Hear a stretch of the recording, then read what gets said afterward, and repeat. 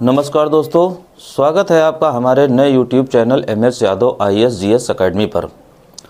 आज मैं अपनी प्राचीन भारत की श्रृंखला को फिर मैं लेके आया हुआ हूँ, क्योंकि प्राचीन भारत की जो हमारी श्रृंखला चल रही थी उसमें काफ़ी दिन से हमने कोई वीडियो बनाया नहीं हुआ था।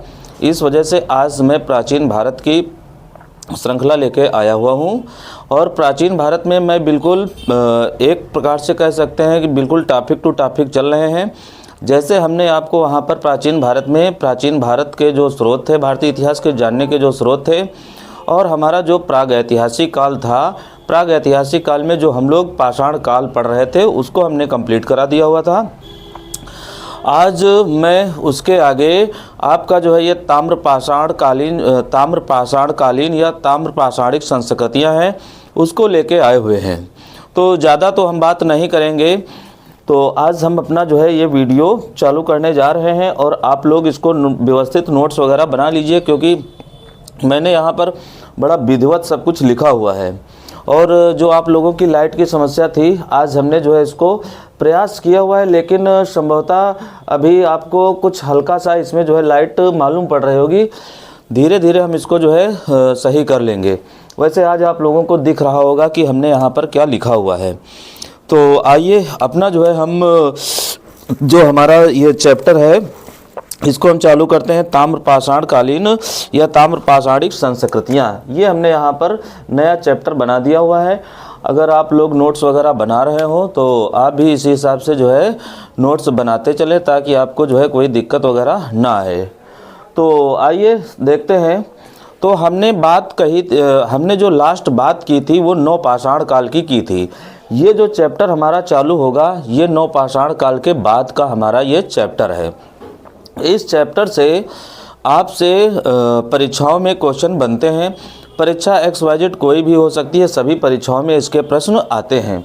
तो होता क्या है कि जब नव पाषाण काल होता है तो नव पाषाण काल में हमको दो प्रकार के यहाँ पर बर्तन देखने को मिलते हैं, जिसको हम यहाँ पर एक को कहते हैं गैर मृदभांड यानी बिना मिट्टी के बर्तन, और एक को हम यहाँ पर कहते हैं मृदभांड यानी मिट्टी के बर्तन। तो होता क्या है, गैर मृदभांड में जो हमको मिलेंगे वो पत्थर आदि के मिल जाएंगे। और इसमें क्या हो जाएगा, क्योंकि नव पाषाण काल में मनुष्य जो है आग के प्रयोग से परिचित हो चुका है, तो क्या करेगा कि मिट्टी के यहाँ पर बर्तन बनेंगे और उन्हीं को हम लोग यहाँ पर मृदभांड कहेंगे।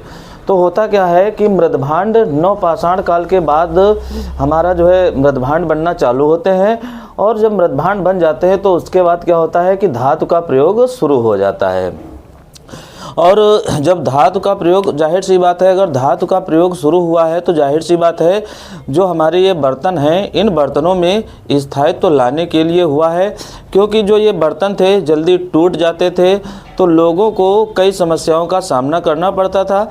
इस वजह से इन लोगों ने अपनी तकनीक का विकास करके धातुओं का प्रयोग चालू कर दिया हुआ है। धातुओं में हमने देखो यहाँ पर लिखा हुआ है, मानव द्वारा पहली प्रयोग की गई धातु क्या थी, हमारी तांबा थी। तो आप लोगों को ये ध्यान रखना है, ये पहली प्रयोग की गई धातु क्या है, तांबा है। और आगे चलकर हम जो आगे जाएंगे, इसी तांबे में ये लोग क्या करेंगे, टिन मिला देंगे और इसी टिन से बना लेंगे कांसा, और जिसको हम लोग यहाँ पर बोलेंगे कांस्य संस्कृत या कांस्य युगीन संस्कृत, जिसको हम बोलेंगे किसमें, सिंधु घाटी सभ्यता में। अब होता क्या है, अब मनुष्य यहाँ पर क्या करेगा, पत्थर के साथ तांबे का प्रयोग यहाँ पर करने लगेगा। यानी कहने का मतलब क्या है, जो पाषाण काल था हमारा उसमें ये पत्थर से परिचित थे। अब पत्थर को भी साथ में लेंगे और प्लस साथ में किसको, तांबे को लेंगे, और अब दोनों को साथ साथ में प्रयोग करेंगे। इसी वजह से इस संस्कृति को हम कैल्कोलिथिक कल्चर भी कहेंगे। क्या बोलेंगे इसको, कैल्कोलिथिक कल्चर, और या फिर इसी को हम बोलेंगे ताम्र पाषाणिक संस्कृति।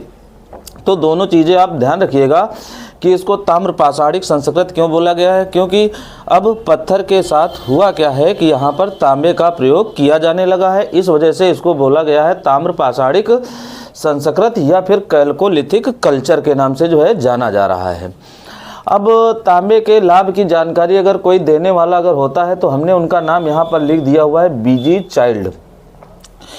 तांबे के लाभ की जानकारी हमको कौन बता रहा है, बीजी चाइल्ड बता रहे हैं। क्योंकि तांबा आप जानते हैं कई चीज़ों के लिए लाभदायक होता है। जैसे आजकल देखते हैं कि लोग जो होते हैं वो तांबे के बर्तन में पानी पीना पसंद करते हैं, और जो हमारे शुभ अवसर होते हैं उन शुभ अवसरों पर तांबे के बर्तनों का ही प्रयोग किया जाता है।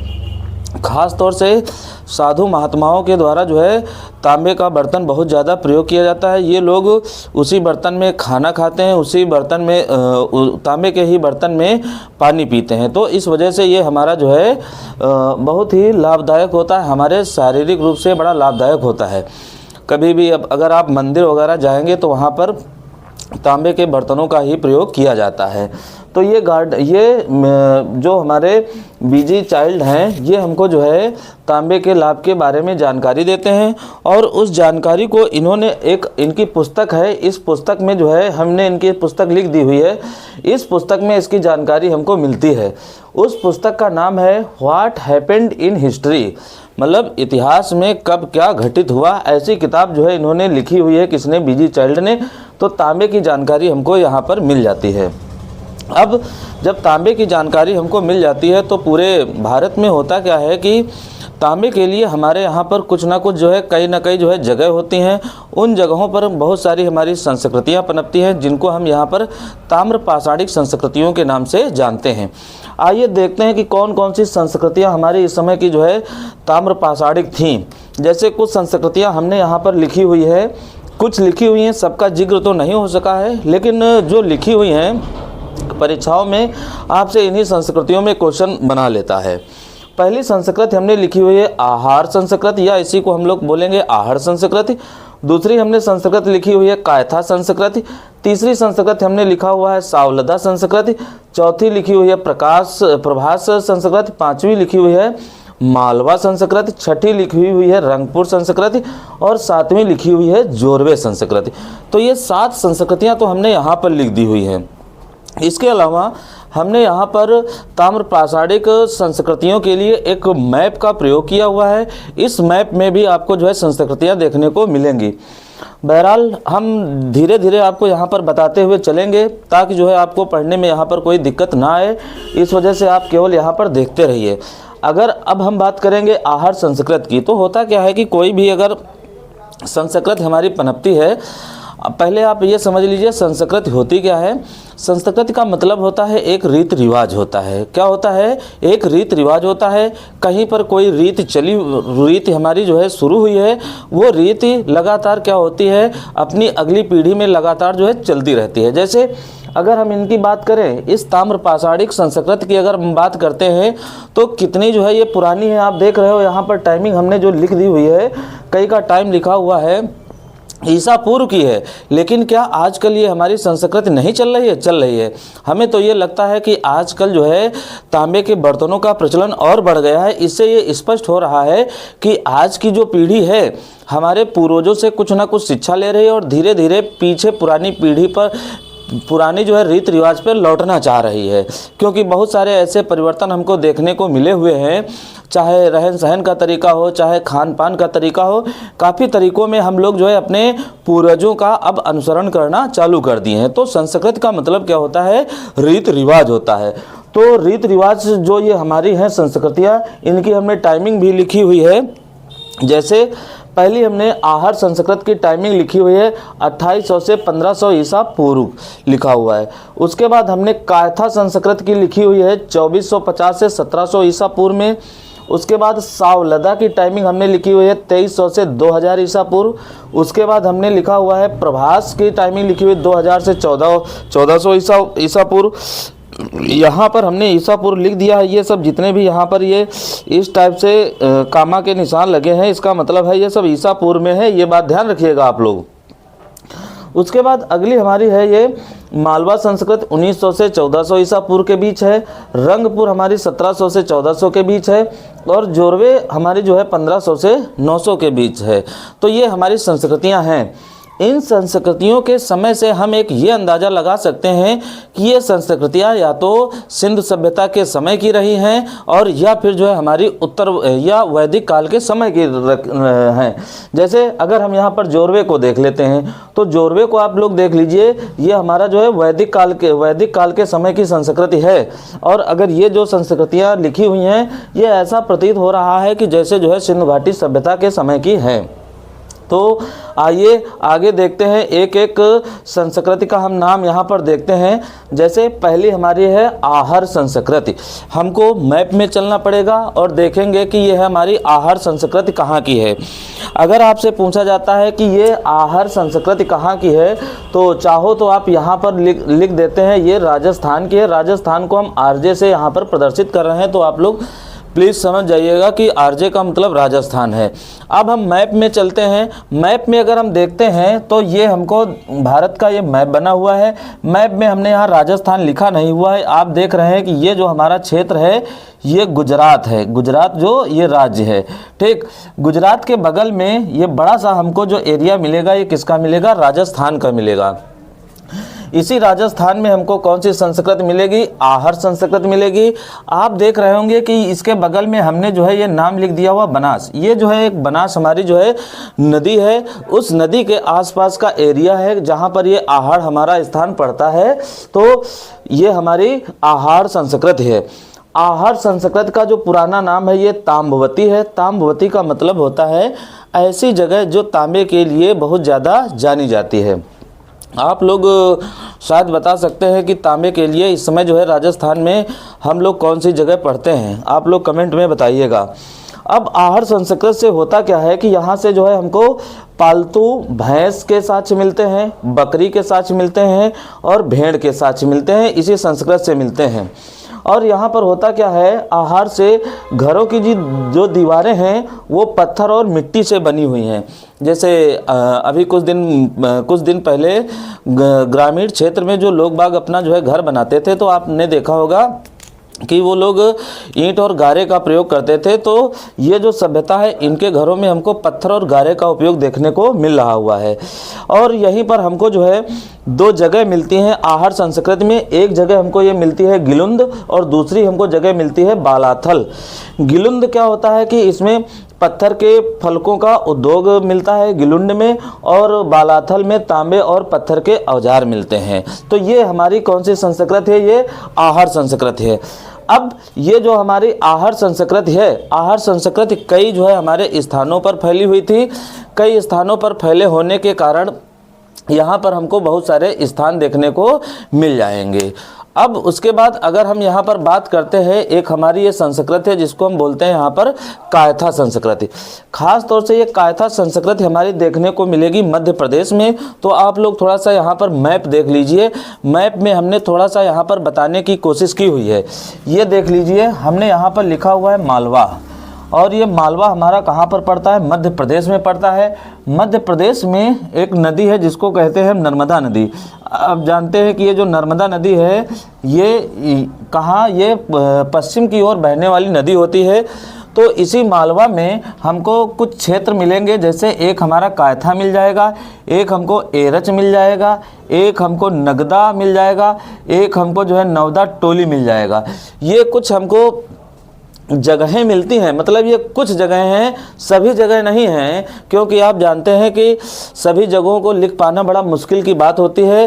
तो ये हमारी मालवा संस्कृति का ही भाग है। कौन सा? कायथा संस्कृति है। और कायथा की टाइमिंग हमने लिखी हुई है 2450 से 1700 तक की। और पहला ही पॉइंट हमने यहाँ पर लिख दिया हुआ है, जो कायथा संस्कृति है ये हड़प्पा के समकालीन मानी जाती है, यानी सिंधु घाटी सभ्यता के समकालीन मानी जाती है। क्योंकि आपको सिंधु घाटी सभ्यता का टाइम पता होगा, जिसमें हमने बताया क्या अभी आगे चल के हम बताएंगे, लेकिन आप लोग तैयारी कर रहे हैं तो आप लोगों को पता होगा 2350 से 1750 ईसा पूर्व। तो वही चीज़ यहाँ पर लिखी हुई है। कायथा में 2450 से 1700 तक की ये हमारी ईसा पूर्व तक की है। तो ये हमारा किसके समकालीन मानी जाएगी? हड़प्पा के समकालीन मानी जाएगी। अब कायथा से कुछ चीज़ें हमको मिली हैं, जरा इनका हम जिक्र करते हैं। कायथा से हमको तांबे के 20 कंगन मिले हुए हैं और यहाँ पर जो है 2 कुल्हाड़ी मिली हुई हैं। और ये जो कुल्हाड़ी मिली हुई हैं बड़ा अद्वितीय टाइप की है, मतलब इनकी कुछ ना कुछ विशेषता है। तो ये चीज़ भी हमारे लिए इम्पॉर्टेंट हो जाएगी। तो आपसे पूछ देंगे कि बताइए कहाँ से तांबे के 20 कंगन मिले हैं या फिर 2 कुल्हाड़ियाँ मिली हुई हैं, क्योंकि कुल्हाड़ी के लिए आप केवल एक ही जगह जानते हैं, कौन सी, अतिरपक्कम, और जो कि हमको मिला हुआ था कहाँ पर, पाषाण काल में मिला हुआ था। उसके बाद यहाँ के जो है लोग बड़ा अमीर हुआ करते थे, क्योंकि होता क्या है, यहाँ से कुछ ऐसी चीज़ें मिलती हैं जिससे ये पता चलता है कि जब लोग यहाँ पर धनाढ्य रहे होंगे तभी इन चीज़ों को खरीदा हुआ है। जैसे यहाँ पर एक बर्तन में जो है मुकुट मिल रहे हैं, एक जगह जो है ये देख रहे हो कंगन मिल रहे हैं, तो ये अमीरता को प्रदर्शित करते हैं। तो ये माना जाता है कि कायथा के जो लोग थे ये बड़ा अमीर टाइप के थे। तो ये हमारी हो गई संस्कृति, कहाँ की हो गई है, मध्य प्रदेश की हो गई है। मध्य प्रदेश में और कुछ अगर हम संस्कृतियों की अगर हम बात करेंगे तो इसमें मेन संस्कृति हमारी हो जाएगी कौन सी, नौदा टोली। और नौदा टोली हमने यहाँ पर कहीं पर हेडिंग जो है डाला हुआ है, नौदा टोली में क्या क्या है। तो नौदा टोली में आप लोग देख लीजिए, नौदा टोली से हमको क्या मिले हैं, चित्रित काले लाल मृदभांड मिले हुए हैं। ये यहीं पर लिख दिया हुआ है, कहीं पर हेडिंग हमने जो है यहाँ नहीं डाली है, तो आप लोग ध्यान रखिएगा कौन से हैं, चित्रित काले लाल मृदभांड हमको मिले हुए हैं, कहाँ से, नौदा टोली से मिले हुए हैं। और इसकी जो खोजकर्ता मतलब इसको खुदाई करने वाले थे वो HD संकालिया थे। अब उसके बाद आगे आ जाते हैं सावलदा। अब सावलदा का अगर हम जिक्र करेंगे तो हमको इसका क्षेत्र देखना पड़ेगा कि ये सावलदा हमको कहाँ पर देखने को मिलेगा। तो यहाँ पर देखिए, जहाँ पर हमने ये जोरवे लिखा हुआ है, आपको दिख रहा होगा जहाँ पर हमने जोरवे लिखा हुआ है, ये जो जोरवे क्षेत्र है, यह जोरवे जो जगह है ये हमारी पड़ती है कहाँ पर, महाराष्ट्र में। तो यहीं पर हमको मिल जाएगा कौन सा, सावलदा। सावलदा कहाँ का है, ये महाराष्ट्र का है। जोरवे भी हमारा कहाँ का है, महाराष्ट्र का है। अब हम महाराष्ट्र में देखते हैं कि कहाँ पर क्या है, थोड़ी सी अगर हम यहाँ पर बात करेंगे। पहली बात, जो महाराष्ट्र में ताम्रपाषाण काल, जो ताम्रपाषाणिक बस्तियाँ हैं या ताम्रपाषाणिक संस्कृतियाँ हैं, उन सब में सबसे महत्वपूर्ण हमको केवल एक जगह पढ़नी है जिसको हम कहते हैं दैमाबाद। लेकिन दैमाबाद के पहले आप लोग देख लीजिए ये जोरवे। जोरवे कहाँ पर है, महाराष्ट्र में है। और जोरवे जो है ये अस्थि कलश के लिए बड़ा जाना जाता था, तो इस वजह से हमने इसको ब्रैकेट में लिख दिया हुआ है अस्थि कलश। इसमें होता क्या था, यहाँ के लोग करते क्या थे कि जब इनके कोई पूर्वज खत्म हो जाया करते थे तो ये लोग अंतिम संस्कार के पश्चात बची हुई राख या फिर जो है अस्थियाँ वगैरह थी उनको कलश में रख लेते थे और कहीं ना कहीं इनको दफना देते थे। इस वजह से अस्थि कलश के जो साक्ष्य हमको मिलेंगे वो कहाँ से मिलेंगे, जोरवे से मिलेंगे। अब जोरवे हम पहुँच गए हैं महाराष्ट्र में। महाराष्ट्र में हम देखते हैं कि कौन कौन से स्थल है और कौन कौन से स्थल हमको यहाँ पर पढ़ने हैं। पहला स्थल यहाँ पर है, देखो एक नंबर 1 पे लिख दे रहे हैं निवासा, दूसरा है दैमाबाद, तीसरा है इनाम गांव और चौथा है ये सोनगांव। अब इन्हीं में से हम एक एक की बात करेंगे। दैमाबाद आप सिंधु घाटी सभ्यता में पढ़े होंगे शायद, तो उसमें देखते होंगे दैमाबाद हमको प्रवरा नदी के किनारे देखने को मिलेगा। और ये जो है दैमाबाद सिंधु सभ्यता का हमारा जो है सबसे दक्षिणी जो है स्थल भी बनेगा जाके। बहरहाल सिंधु घाटी सभ्यता की बातें बाद में करेंगे, आज जो हमको यहाँ पर करना है वो बातें करेंगे। दैमाबाद से मिला क्या हुआ है, रथ चलाता हुआ मनुष्य मिला है। रथ चलाता हुआ मनुष्य का मतलब है उसकी मूर्ति मिली हुई है, और ये जो मूर्ति होगी ये तांबे की मूर्ति होगी। क्यों होगी, क्योंकि हम यहाँ पर पढ़ रहे हैं ताम्रपाषाणिक संस्कृतियाँ पढ़ रहे हैं। उसके बाद एक सांड की मूर्ति मिली हुई है, एक गैंडा की मूर्ति मिली हुई है, एक हाथी की मूर्ति मिली हुई है। ये मूर्तियाँ हमको कहाँ से मिली हैं, दैमाबाद से। इसके अलावा यहाँ के जो लोग थे जौ, गेहूँ, मसूर, कुल्थी, मटर आदि से जो है परिचित थे। अब होता क्या है कि एग्जामिनर इनसे क्वेश्चन बनाता है, तो इन क्वेश्चन को आपको आने चाहिए। एक हमने यहाँ पर देखो बड़ा ढूंढ ढांड के इधर उधर से लिखे हैं, बेर की झुलसी हुई गुठलियाँ, ये भी हमको कहाँ से मिली हुई हैं, दैमाबाद से मिली हुई हैं। आजकल एग्जामिनर करने क्या लगे हैं, मतलब कुछ समझ में नहीं आता है कि कहाँ से प्रश्न कैसा क्या डाल दें। इस वजह से आप इन चीज़ों को नकार नहीं सकते हैं। आपको लग रहा होगा कि ऐसे ही लिख दिया गया है, लेकिन ऐसा नहीं है। आजकल के एग्जामिनर कुछ ऐसी चीज़ों को ही डाल रहे हैं जो आम तौर पे लोगों के द्वारा पढ़ी नहीं जाती हैं, तो आप लोग इसको भी ध्यान रखिएगा। उसके साथ साथ में कलश समाधान भी मिला है, और कलश समाधान यानी हस्त कलश ये जोरवे से भी मिला हुआ है। और सबसे इम्पॉर्टेंट जो है, अभी पेपर हुआ था आपका जो है तेलंगाना में, तेलंगाना के पेपर में ये जो क्वेश्चन है ये यहाँ से ऐसे ही पूछ लिया हुआ था कि ज़रा बताइए किस स्थल से स्कर्वी रोग के साक्ष्य मिले थे। मतलब एक सोचने वाली बात होती है, तो इस वजह से हमने आज यहाँ पर लिख दिया हुआ है। एक स्कर्वी रोग लिखा हुआ है, एक दंत क्षरण रोग लिखा हुआ है, 2 रोग हमने लिख दिए हैं। ये रोगों के साक्ष्य हमको जो है सबसे पहले दैमाबाद से मिलते हैं, और ये दोनों जो रोग होते हैं ये बच्चों को होते हैं। तो ध्यान रखिएगा कौन कौन से, स्कर्वी और दंत क्षरण। आजकल भी छोटे छोटे बच्चों को दंत क्षरण और स्कर्वी जैसे रोग हो जाते हैं। आप लोग बता सकते हैं कि ये स्कर्वी रोग किस विटामिन की कमी से होता है, और ये जो दंत क्षरण है ये मतलब कौन से तत्व की मौजूदगी के कारण होता है। क्योंकि आजकल जो हमारी पीढ़ी है ये भी पीढ़ी जो है दांत की जो समस्याएं हैं उनसे बड़ा परेशान है, और आप लोग देख रहे होंगे इसी वजह से हमारे आसपास जो भी डॉक्टर लोग हैं ये दांतों का इलाज ज़्यादा से ज़्यादा कर रहे हैं। तो कोई ना कोई समस्या है, तो आप लोग ज़रा यहाँ पर बताइए स्कर्वी रोग का कारण और दंत क्षरण का कारण आप लोग हमको बता सकते हैं।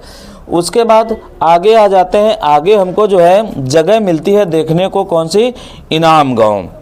इनाम गांव कहाँ पर मिलेगा? महाराष्ट्र में ही मिलेगा। यहाँ पर होता क्या है कि हमको मिलते हैं गोलाकार गड्ढों वाले मकान। गोलाकार गड्ढों वाले मकान यानी इन लोगों के जो मकान हैं वो मकान पृथ्वी में गड्ढा खोद कर गोल गोल नुमा बनाए गए थे, और ये लोग यहाँ पर रहा करते थे। तथा इनकी बस्तियाँ जो होती थी ये कैसी होती थी? किले बंद होती थी। जहाँ पर ये लोग रहते थे वहाँ पर क्या होता था, एक प्रकार से सुरक्षा प्राचीर थी, और ये जो सुरक्षा प्राचीर थी खास तौर से ये खाई से बनी होती थी। मान लीजिए जैसे ये हमारी बस्ती है, इस बस्ती के आसपास मिट्टी से खाई बना दी गई है, और यहीं पर कहीं पर गेट लगा दिया गया होगा, यानी आने जाने के लिए स्थान होगा। यहीं पर लोग आएंगे और फिर इस गेट को जो है बंद कर दिया जाएगा, जिससे ये सुरक्षित हो जाएंगे। तो ये बस्ती हमारी कैसी थी? किला बंद थी। उसके बाद महाराष्ट्र में ही हमको देखने को मिलेगा नेवासा। बहुत ही इम्पॉर्टेंट है, हद से ज़्यादा इम्पॉर्टेंट है, परीक्षा में आपसे पूछा जाता है।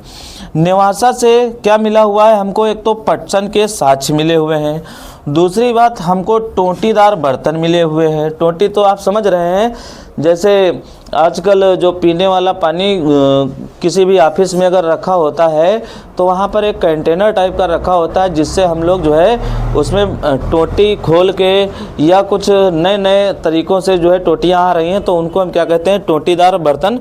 और पुराने समय में आप या चाय वाले को देखते हैं कि एक उसमें क्या बिल्कुल चोंच जैसी निकली रहती है, तो इसको भी यहाँ पर टोटी माना गया है। तो इतिहासकारों ने उसी को यहाँ पर टोटी दे दिया हुआ है। तो ये हमको साक्ष्य कहाँ से मिले हैं? टोटीदार बर्तन नेवासा से मिले हुए हैं। आगे अगर हम बात करेंगे तो बिहार में, बिहार अगर हम देख लेते हैं तो वैसे हमने यहाँ पर मैप में बनाने की कोशिश की थी, लेकिन है क्या कि यहाँ पर जगह कम है। तो ये देख लीजिए, यहाँ पर हमको देखने को मिलेगा बिहार, क्योंकि ये पश्चिम बंगाल आगे मिल जाएगा, फिर हमको ये बांग्लादेश मिलेगा। तो ये बिहार में हम यहाँ पर केवल एक ही स्थल लिख पाए थे, इस वजह से बिहार के जो 2-3 स्थल हैं वो हमने यहाँ पर लिखे हुए हैं। और बिहार में सबसे जो मेन स्थल है वो हमारा क्या है? चिरांद है। आप लोग ध्यान रखिएगा, चिरांद कहाँ पर है? बिहार में है। उसके बाद अगला स्थल हमारा है सेनुआर, और उसके बाद है हमारा सोनपुर है। तो ये 3 स्थल आप लोग ध्यान रखिएगा। बिहार के कौन कौन से? एक चिरांद ध्यान रखिएगा, एक सेनुआर ध्यान रखिएगा, एक सोनपुर ध्यान रखिएगा। वैसे सोनपुर आप लोगों को ध्यान रहेगा क्योंकि यहाँ पर जो है पशुओं का सबसे बड़ा मेला लगता है। उसके बाद पश्चिम बंगाल में हम आ जाते हैं, बहुत इम्पॉर्टेंट है ये, पश्चिम बंगाल वाला पूछा भी गया है। ध्यान रखिएगा कौन कौन से हैं पश्चिम बंगाल में। एक हमारा है पांडु राजार दीबी, पांडु राजार दीबी और दूसरा हमारा है यहीं पर महिषदल। पश्चिम बंगाल यहीं बिहार के पूरब में पड़ जाएगा हमारा कौन सा, पश्चिम बंगाल। तो ध्यान रखिएगा पांडु राजार दीबी और महिषदल 2 जगह कहाँ पर पड़ेंगी, ये हमारी जो है पश्चिम बंगाल में पड़ेंगी। अब पश्चिम बंगाल के बाद हम लोग आते हैं अपने उत्तर प्रदेश, और उत्तर प्रदेश वाले जो भी यूपी पीसीएस के लिए, समीक्षा अधिकारी के लिए जितने भी लोग तैयारी कर रहे हैं वो लोग इनको बहुत ही कायदे से सुनिएगा।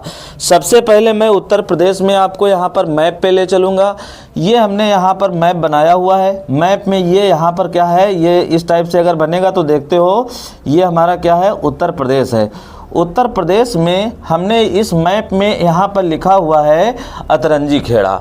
अतरंजी खेड़ा से हमको जो है ये गेरुए रंग के जो है मृदभांड मिल रहे हैं, जिसको हमने यहाँ पर ओसीपी लिखा हुआ है। क्या लिखा हुआ है, ओसीपी, जिनको हम कहते हैं अकर कलर्ड पेंटेड जो हमारे मृदभांड होते हैं। तो अतरंजी खेड़ा हमको मिल जाएगा। और ध्यान रखिएगा ये अतरंजी खेड़ा उत्तर प्रदेश का जो एटा ज़िला है वहाँ से हमको ये जगह देखने को मिलेगी। आगे चल के ये अतरंजी खेड़ा वही होगा जहाँ पर पूरे विश्व में सबसे पहली बार हमको यहाँ पर लोहा मिलेगा। जो लोग एटा में रहते हैं वो लोग जानते होंगे कि अतरंजी खेड़ा का कितना महत्व है। अब उत्तर प्रदेश में अतरंजी खेड़ा के अलावा हमको कौन कौन सी जगह मिलती हैं, तो जाहिर सी बात है उत्तर प्रदेश में जो भी पुरानी चीज़ें अगर हमको मिली हुई हैं, यानी पुरानी संस्कृतियाँ जो मिली हुई हैं, वो इलाहाबाद क्षेत्र से मिलती हैं, जिसका वर्तमान नाम जो है प्रयागराज है। इस समय जो है प्रयागराज में जो है कुंभ का मेला शुरू होने वाला है। आप लोगों को पता होना चाहिए 13 जो है जनवरी से लगा के 26 फरवरी तक की हमारा कुंभ का मेला चलेगा, जिसमें बहुत सारे बाबा आ रहे हैं, ख़ास तौर से नागा बाबा वगैरह। तो वो क्षेत्र है। तो यहाँ पर उत्तर प्रदेश में मैंने जितनी भी जगहें लिखी हैं ये जो है सब की सब हमको जो है प्रयागराज के आसपास देखने को मिलेंगी। आपकी परीक्षा के लिए ये जगहें बहुत इम्पॉर्टेंट होंगी। आइए हम एक एक करके इनको बता देते हैं और आप लोग इनको कॉपी में नोट कर लीजिएगा। पहली जगह हमने यहाँ पर लिखी हुई है इमली डीह। ये जगह कहाँ है, इलाहाबाद ही में पड़ेगी।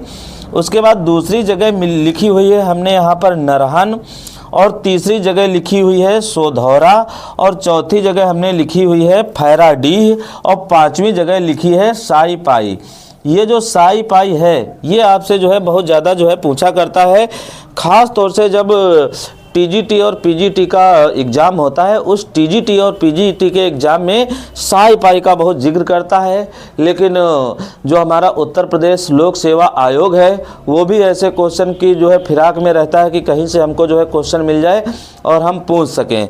और ये जो साई पाई है यहाँ से क्या है, तलवार मिली हुई है, और ये तलवार उत्तर प्रदेश से मिली हुई है। वैसे आप जो है तलवार के लिए या कुल्हाड़ी के लिए जगह पढ़ा करते थे कहाँ पर, तमिलनाडु में। अब हमको ये तलवार मिल गई है कहाँ पर, साईपाई, जो कि हमारा कहाँ देखने को मिलेगा, इलाहाबाद क्षेत्र में देखने को मिलेगा।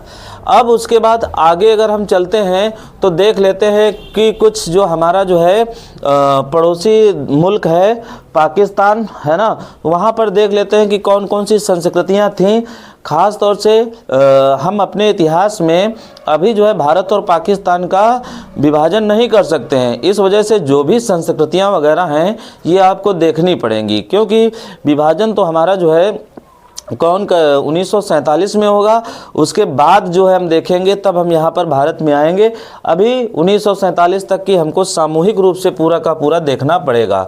अब चलते हैं ज़रा यहाँ पर पाकिस्तान में एक प्रांत पड़ता है जिसको कहते हो बलूचिस्तान।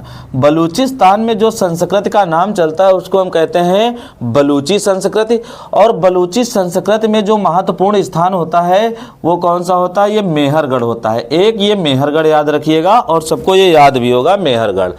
उसके बाद हमको एक स्थान मिलेगा नाल, एक मिलेगा हमको कुल्ली, एक मिलेगा हमको जोब, और एक हमको मिलेगा क्योटा।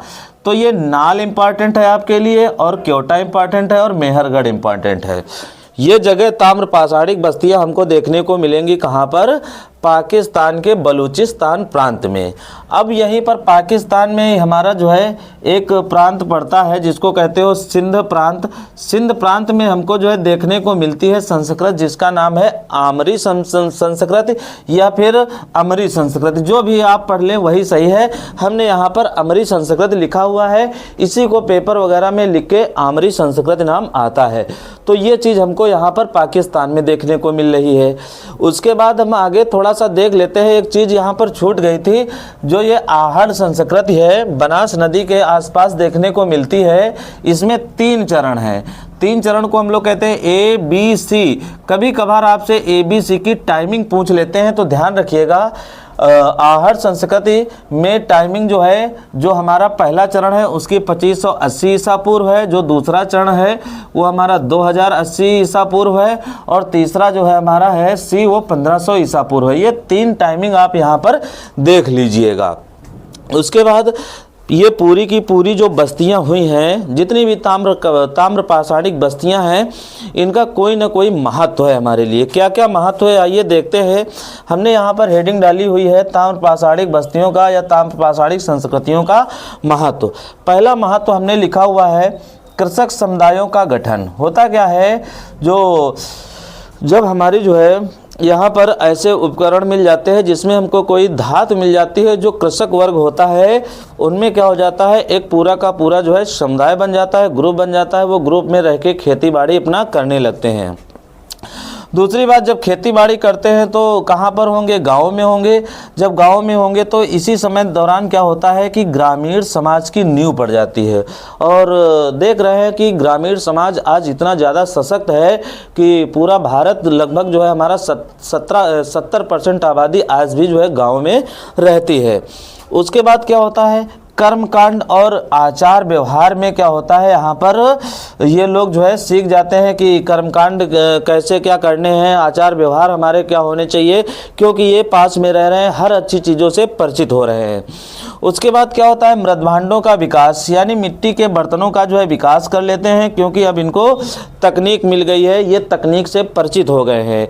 और यहाँ पर इस समय जो है हमारी मातृ देवी और वृषभ की जो है यहाँ पर पूजा भी होती थी।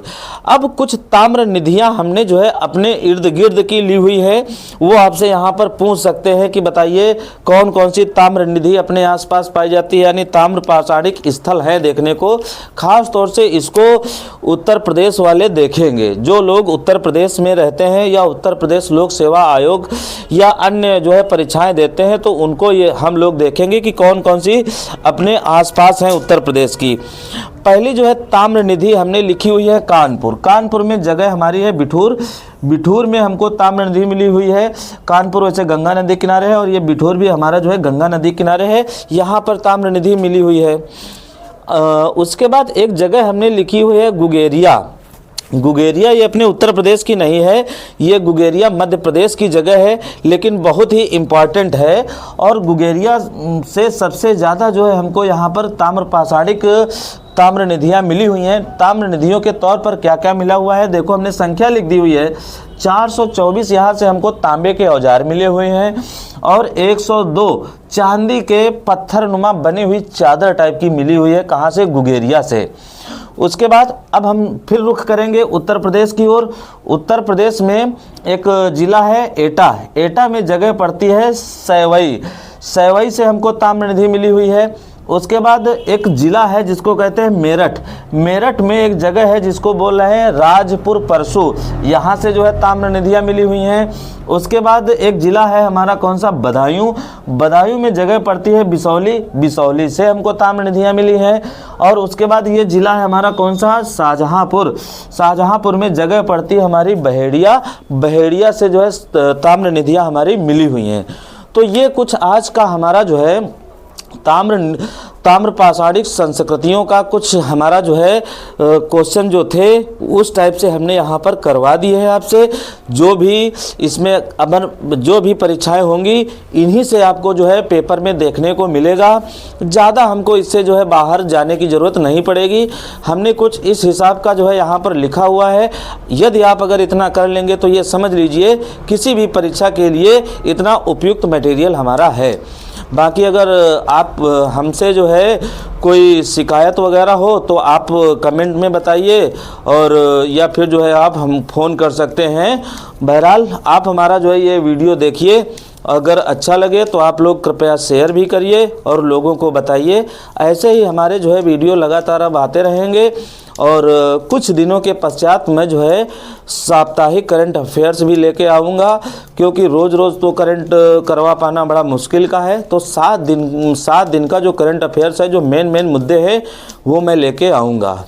बहरहाल ज़्यादा बातें जो है इस पर करना उचित नहीं है। आप लोग जो है वीडियो देखिए, जो आपको इम्पोर्टेंट लगे वो लिखिए। यदि आप बिल्कुल शुरुआत से तैयारी कर रहे हैं तो ये समझ लीजिए इससे अच्छा आपको जो है कुछ हो नहीं सकता है, क्योंकि मेरे वीडियो भले ही देर से आएँ लेकिन टॉपिक टू टॉपिक आएंगे। ऐसा नहीं होगा कि हम आपको जो है इधर उधर का पढ़ाएं, बिल्कुल टॉपिक टू टॉपिक चलेंगे और पूरा का पूरा टॉपिक कंप्लीट करेंगे। और कोशिश ये रहेगी आपकी जो परीक्षा के क्वेश्चन है जल्दी मिस ना हो। धन्यवाद। जय हिंद, जय भारत।